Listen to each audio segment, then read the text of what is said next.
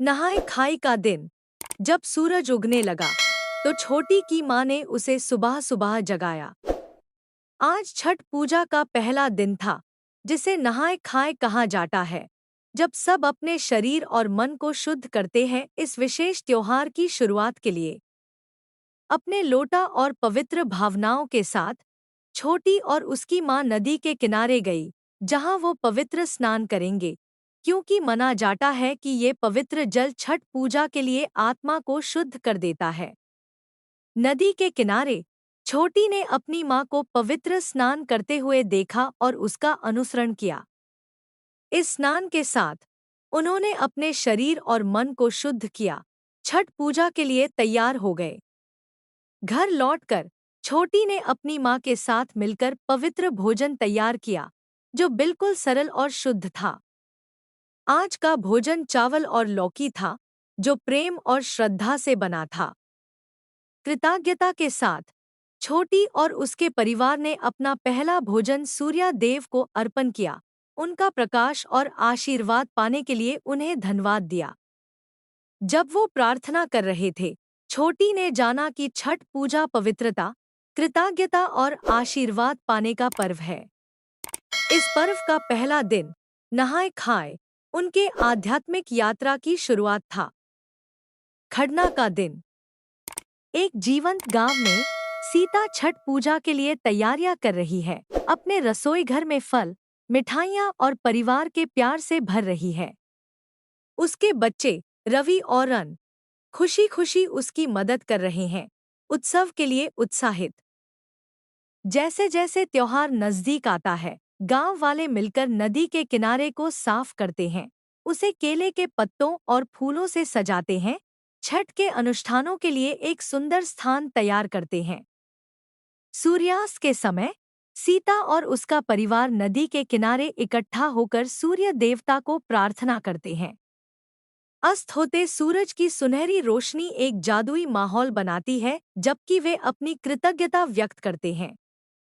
खरना के दौरान सीता अपनी तैयार की हुई स्वादिष्ट प्रसाद को पेश करती है, सूर्य देवता के आशीर्वाद को अपने परिवार के साथ साझा करती है। एकता की खुशी उनके घर को भर देती है। रात के गिरने पर गांव वाले मिट्टी के दीप जलाते हैं, नदी के किनारे को गर्म रोशनी से भर देते हैं। सीता और उसका परिवार अपने पड़ोसियों के साथ मिलकर छठ का जश्न मनाते हैं। जश्न जारी है क्योंकि परिवार नदी के किनारे इकट्ठा होते हैं, भोजन, हंसी और कहानियों का आदान प्रदान करते हैं। छठ पूजा की भावना एकता और आभार में सबको एक साथ लाती है। छठी मैया की पूजा। एक शांत गांव में परिवार नदी के किनारे छठ पूजा की तैयारी में जुटे हैं।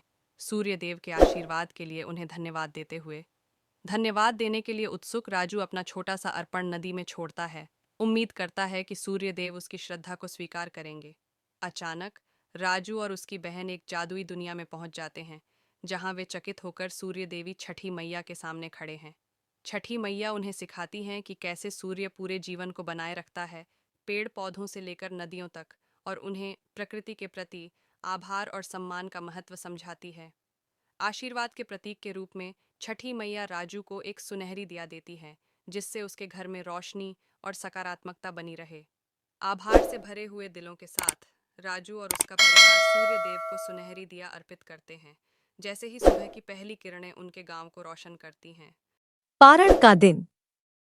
एक रंग बिरंगे गांव में पूजा उत्साह से भरी थी क्योंकि छठ पूजा नजदीक आ रही थी। यह मेरा पसंदीदा त्योहार है, उसने खुशी से कहा, अपनी नई लाल साड़ी में घूमते हुए। सुबह सुबह पूजा की माँ विशेष व्यंजन तैयार कर रही थी, बास्केट में फलों और मिठाइयों को भरते हुए। हमें सूर्य के लिए सबसे अच्छे भोग तैयार करने हैं, उसने मुस्कुराते हुए कहा। अपने सिर पर बास्केट रखकर पूजा अपने परिवार को नदी के किनारे की ओर ले गई। रंग-बिरंगे परिधान पहने हुए गांव वाले उनके साथ शामिल हुए, सब गाते हुए चल रहे थे। जैसे जैसे सूरज उगने लगा, पूजा और उसका परिवार नदी के किनारे खड़ा होकर प्रार्थना करने लगे। सूर्य, आपके आशीर्वाद के लिए धन्यवाद। सबने एक साथ गाया। प्रार्थना के बाद सबने स्वादिष्ट भोजन साझा किया। पूजा और राजू ने अपने दोस्तों के साथ खेलते हुए हंसी मजाक किया, छठ पूजा का जश्न मनाते हुए। जैसे ही दिन समाप्त हुआ, आसमान सुंदर बैंगनी रंग में बदल गया। पूजा और राजू अपने परिवार के साथ घर लौट रहे थे। उनके दिल खुशी से भरे हुए थे, यह जानकर कि उन्होंने मिलकर छठ पूजा मनाई।